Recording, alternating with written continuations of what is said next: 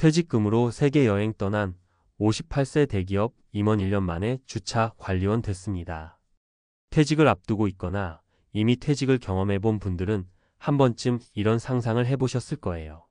아, 이제 회사 생활이 끝났으니 그동안 못 다녔던 곳을 여행도 하고 재밌는 취미도 찾아보면서 여유롭게 지내야지. 그런데 막상 은퇴를 하고 나면 생각했던 것만큼 마음이 편하지 않을 때가 많습니다. 특히나 대기업에서 임원까지 지냈던 분들은 월급이 끊기고 나서의 경제적 부담을 체감하게 되면 이전에 꿈꾸던 자유로운 삶이 생각처럼 달콤하지 않다는 걸 실감하곤 하죠. 오늘은 퇴직금으로 세계 여행을 떠났다는 화려한 시작을 했지만 불과 1년 만에 주차 관리원으로 일하게 된 58세 전직 임원의 이야기를 서론 삼아 은퇴 이후의 삶과 준비에 대한 이야기를 나눠보려고 해요. 사람마다 처한 상황과 선택은 다르지만 은퇴 이후 생계를 이어가는 방식과 새로운 삶의 방향성을 찾는 과정에서 공통적으로 겪는 고민들이 분명 있을 겁니다. 지금부터 제가 들려드릴 3가지 사례가 조금이나마 현실적인 생각거리를 드릴 수 있었으면 좋겠어요. 1. 하루하루가 여행 같을 줄 알았는데 막상 집에만 있으면 우울해지더라고요. 첫 번째는 58세 대기업 임원 출신인 A씨의 이야기입니다. A씨는 꽤 오래전부터 퇴직하면 세계 일주 한번 해보자라는 꿈을 갖고 계셨어요. 마침 58세의 명예퇴직 제안이 들어왔고 퇴직금도 꽤 여유 있게 받을 수 있다 보니 큰 결심을 했죠. 아내와 함께 유럽, 남미, 동남아 등지로 떠나 6개월 넘게 여행을 다녔습니다. SNS에는 매일같이 아름다운 풍경과 맛있는 음식을 즐기는 사진이 올라왔고 주변 사람들은 와, 부럽다 하며 엄지손가락을 치켜세웠어요. 그런데 막상 한국으로 돌아오니 남아있는 돈이 생각보다 빠른 속도로 줄고 있었습니다. 게다가 6개월 넘게 여행을 하며 돈 쓰는 재미에 익숙해져 버렸던 터라 국내에 돌아와서 허리띠를 졸라매는 삶으로 돌아가기가 쉽지 않았어요. 또 한편으로는 이제 뭐하지? 라는 막막함이 밀려왔어요. 하루 종일 집에서 TV만 보고 있자니 우울감도 커졌죠. 몸이 건강한데도 일할 곳이 마땅치 않다고 생각하니 자존감마저 흔들렸습니다. 결국 A씨는 직접 무언가 해보겠다고 소규모 카페 창업을 시도했지만 경쟁이 치열한 업종이라는 걸 너무 뒤늦게 깨닫고 적자를 면치 못했습니다. 결국 은퇴 후 손에 쥔 돈을 꽤 많이 까먹은 뒤에야 자리를 정리해야 했죠. 그리고 선택한 일이 바로 주차 관리원이었습니다. 매일 주차장에 서서 출입 차량을 안내하는 일이 힘들긴 했지만 A씨에게는 오히려 안도감을 주었습니다. 안정적으로 매달 얼마라도 수입이 생기니 정신적으로 편해지더라고요. 예전 대기업 임원 타이틀과 비교하면 체면이 서지 않는다고 생각할 수도 있지만 그보다 더 중요한 건 생활과 마음의 안정이죠. A씨는 처음엔 자존심이 좀 상했는데 이제는 하루하루 일하러 가는 게 감사하다고 말하곤 합니다. 은퇴 후에도 꽃길만 걸을 줄 알았는데 결국은 작은 일부터 다시 시작해야 했어요. 두 번째 사례로는 60세의 공무원에서 퇴직한 B씨를 소개하고 싶어요. 30년 가까이 공무원 생활을 한 B씨는 큰 돈을 모으지 못했지만 그래도 안정적으로 연금이 나오고 있었어요. 퇴직 후에는 지친 몸과 마음을 달래려고 난 앞으로 스트레스 없는 삶을 살 거야 라는 다짐을 했다고 합니다. 그러나 문제는 연금만으로는 예전처럼 여유로운 소비를 하기가 쉽지 않았다는 거예요. B씨는 직장생활 내내 무리해서라도 자녀 교육에 많은 투자를 해왔는데 자녀들이 독립한 뒤에도 학자금 대출이나 생활비 지원 등으로 한 달에 일정 금액이 계속 빠져나가고 있었습니다. 자녀들도 이제 사회생활 시작했으니 곧 괜찮아지겠지라고 생각했지만 정작 본인은 은퇴한 상태라 추가 수입을 만들기 어려웠죠. 그러다 보니 여유를 즐기겠다던 당초 계획과 달리 퇴직 후 몇 달이 지나니 저축해둔 돈에 슬슬 손이 가기 시작했습니다. 계속 이렇게만 지내다가는 얼마 못 가서 빈털터리가 될 수도 있겠다는 위기감이 들었죠. 결국 B씨는 주변 지인의 소개로 소규모 학원에서 서류 정리와 간단한 상담 업무를 도와주는 파트타임을 시작했습니다. 내가 30년 공무원 하면서 이런 단순 업무를 하게 될 줄은 몰랐지 하며 처음에는 자존심이 상했지만 막상 일을 시작하고 나니 의외로 마음이 편했다고 해요. 하루 몇 시간 일하고 약간의 수입이라도 생기니까 경제적인 부담도 한결 줄었고 사람들하고 소통하면서 활력을 찾을 수 있었습니다. B씨는 연금만 믿고 푹 쉴 수 있겠다라고 너무 안일하게 생각했던 과거의 자신을 종종 후회한다고 해요. 그래도 일을 조금씩이라도 하니까 훨씬 나아. 내가 은퇴 후 갑자기 무기력증에 빠질 줄 누가 알았겠어? 이젠 하루하루 작은 일이라도 성실히 해보려고 해. 이런 B씨의 이야기를 듣다 보면 은퇴 후 삶에 대한 기대가 너무 낙관적이면 오히려 당황스러운 상황을 맞이하기 쉽다는 점을 새삼 느끼게 됩니다. 3. 준비만 철저하면 아무리 늦어도 다시 시작할 수 있더라고요. 마지막으로 C씨의 이야기를 해볼게요. C씨는 55세의 중소기업 재무 담당으로 일하다가 평소 꿈이었던 농촌에서 작게나마 귀농을 해보자라는 생각을 실현하기 위해 사표를 냈습니다. 처음에는 시골 마을 어귀에 작은 주택을 얻어 말 그대로 슬로우 라이프를 계획했어요.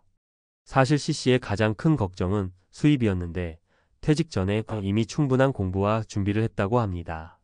주말마다 농촌에 내려가 농작물 재배 실습도 하고 온라인 판매 시장에 대해서도 어느 정도 데이터를 수집해놨죠. 물론 귀농이 쉽지는 않았어요. 예상치 못한 농작물 병충해, 기후 문제, 물류비 증가 등이 겹치면서 처음 두어 달은 수입이 거의 없었고 퇴직금 중 일부를 생활비로 쓰는 상황이었거든요.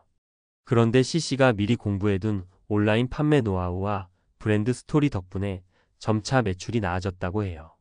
농산물을 예쁘게 포장하고 SNS로 홍보도 하고 고객 후기 관리도 꼼꼼히 하면서 점차 단골을 늘렸습니다.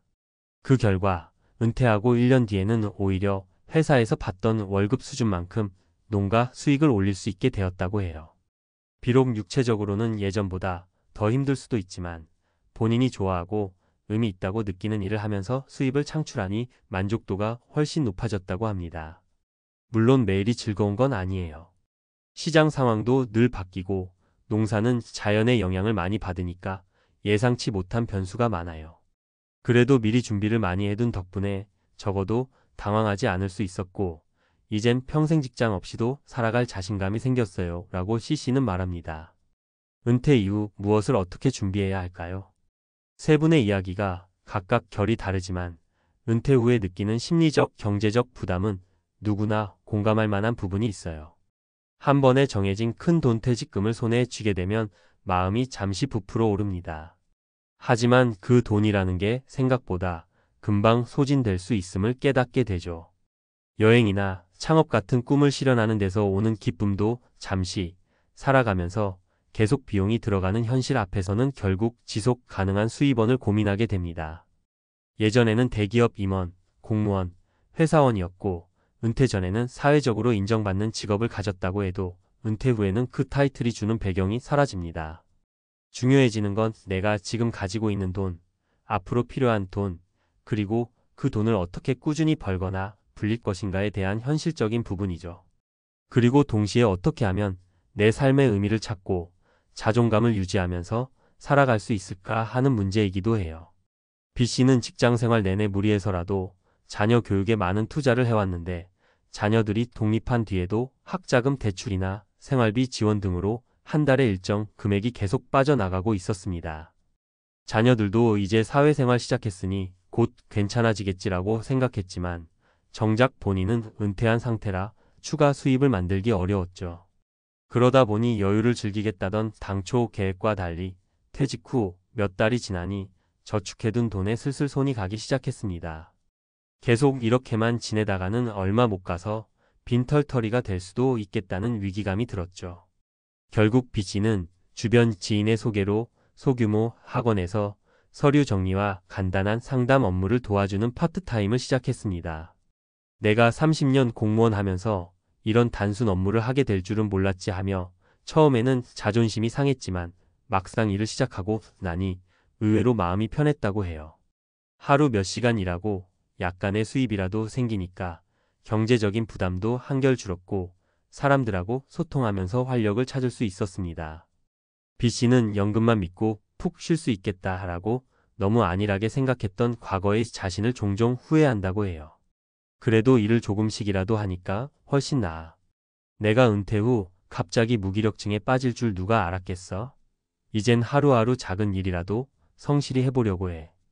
이런 B씨의 이야기를 듣다 보면 은퇴 후 삶에 대한 기대가 너무 낙관적이면 오히려 당황스러운 상황을 맞이하기 쉽다는 점을 새삼 느끼게 됩니다. 3. 준비만 철저하면 아무리 늦어도 다시 시작할 수 있더라고요. 마지막으로 C씨의 이야기를 해볼게요. C씨는 55세의 중소기업 재무 담당으로 일하다가 평소 꿈이었던 농촌에서 작게나마 귀농을 해보자라는 생각을 실현하기 위해 사표를 냈습니다. 처음에는 시골 마을 어귀에 작은 주택을 얻어 말 그대로 슬로우 라이프를 계획했어요. 사실 C씨의 가장 큰 걱정은 수입이었는데 퇴직 전에 이미 충분한 공부와 준비를 했다고 합니다. 주말마다 농촌에 내려가 농작물 재배 실습도 하고 온라인 판매 시장에 대해서도 어느 정도 데이터를 수집해놨죠. 물론 귀농이 쉽지는 않았어요. 예상치 못한 농작물 병충해, 기후 문제, 물류비 증가 등이 겹치면서 처음 두어 달은 수입이 거의 없었고 퇴직금 중 일부를 생활비로 쓰는 상황이었거든요. 그런데 C씨가 미리 공부해둔 온라인 판매 노하우와 브랜드 스토리 덕분에 점차 매출이 나아졌다고 해요. 농산물을 예쁘게 포장하고 SNS로 홍보도 하고 고객 후기 관리도 꼼꼼히 하면서 점차 단골을 늘렸습니다. 그 결과 은퇴하고 1년 뒤에는 오히려 회사에서 받던 월급 수준만큼 농가 수익을 올릴 수 있게 되었다고 해요. 비록 육체적으로는 예전보다 더 힘들 수도 있지만 본인이 좋아하고 의미 있다고 느끼는 일을 하면서 수입을 창출하니 만족도가 훨씬 높아졌다고 합니다. 물론 매일이 즐거운 건 아니에요. 시장 상황도 늘 바뀌고 농사는 자연의 영향을 많이 받으니까 예상치 못한 변수가 많아요. 그래도 미리 준비를 많이 해둔 덕분에 적어도 당황하지 않을 수 있었고 이젠 평생 직장 없이도 살아갈 자신감이 생겼어요 라고 C씨는 말합니다. 은퇴 이후 무엇을 어떻게 준비해야 할까요? 세 분의 이야기가 각각 결이 다르지만 은퇴 후에 느끼는 심리적, 경제적 부담은 누구나 공감할 만한 부분이 있어요. 한 번에 정해진 큰 돈 퇴직금을 손에 쥐게 되면 마음이 잠시 부풀어 오릅니다. 하지만 그 돈이라는 게 생각보다 금방 소진될 수 있음을 깨닫게 되죠. 여행이나 창업 같은 꿈을 실현하는 데서 오는 기쁨도 잠시 살아가면서 계속 비용이 들어가는 현실 앞에서는 결국 지속 가능한 수입원을 고민하게 됩니다. 예전에는 대기업 임원, 공무원, 회사원이었고 은퇴 전에는 사회적으로 인정받는 직업을 가졌다고 해도 은퇴 후에는 그 타이틀이 주는 배경이 사라집니다. 중요해지는 건 내가 지금 가지고 있는 돈, 앞으로 필요한 돈, 그리고 그 돈을 어떻게 꾸준히 벌거나 불릴 것인가에 대한 현실적인 부분이죠. 그리고 동시에 어떻게 하면 내 삶의 의미를 찾고 자존감을 유지하면서 살아갈 수 있을까 하는 문제이기도 해요. 현실적인 재무 설계. 은퇴 후 들어올 수 있는 수입연금, 투자, 이익 등과 고정 지출 주거비, 생활비, 자녀 지원 등을 냉정하게 계산해 보는 게 먼저예요.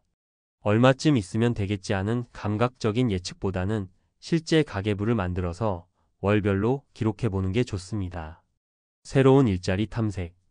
꼭 대단한 창업이나 큰 프로젝트가 아니어도 됩니다. 몸을 움직여서 일하면 심리적인 안정에도 도움이 돼요. 배달, 주차 관리, 편의점 알바든 뭐든 자신이 감당할 수 있는 선에서 책임감 있게 할 수 있는 일을 찾는 게 중요합니다. 자아실현과 의미 찾기. 은퇴 후에는 오히려 내가 하고 싶은 일을 할 수 있는 시간이 많아집니다. 그런데도 무기력해지는 건 아무것도 하기 싫다가 아니라 뭘 어떻게 시작해야 할지 모르겠다에서 오는 경우가 많아요. 반면에 C씨처럼 미리 준비를 해서 귀농 또는 소규모 창업을 시도해 볼 수도 있고 봉사나 커뮤니티 활동을 통해 새로운 보람을 찾을 수도 있죠. 주변 사람과의 관계. 가정 내에서 아내, 남편, 자녀와의 관계도 달라질 수 있습니다. 퇴직 전에 바쁘게 지내며 대화가 부족했다면 이제는 가족들이 내가 쉬니까 언제나 가용 가능이라고 여길 수도 있고요. 가족들과 생활비나 미래 계획에 대해 솔직하게 이야기하고 함께 목표를 세우는 게 갈등을 줄이는 방법입니다. 마무리하며 퇴직금으로 세계 여행까지 했다가 결국 주차 관리원 됐다라는 이야기는 단순히 전직 임원, 결국 알바로 추락했다라는 자극적인 에피소드라기보다 우리 모두가 겪을 수 있는 은퇴 후 인생의 전환점을 보여주는 사례 같아요. 사실 중요한 건 어떤 타이틀을 달았냐가 아니라 지금 내 생활을 잘 꾸려나가고 있느냐에 달려 있거든요. 은퇴 준비를 철저히 했든 부족하게 했든 막상 은퇴해보면 다 예상 밖의 상황들을 마주하게 됩니다.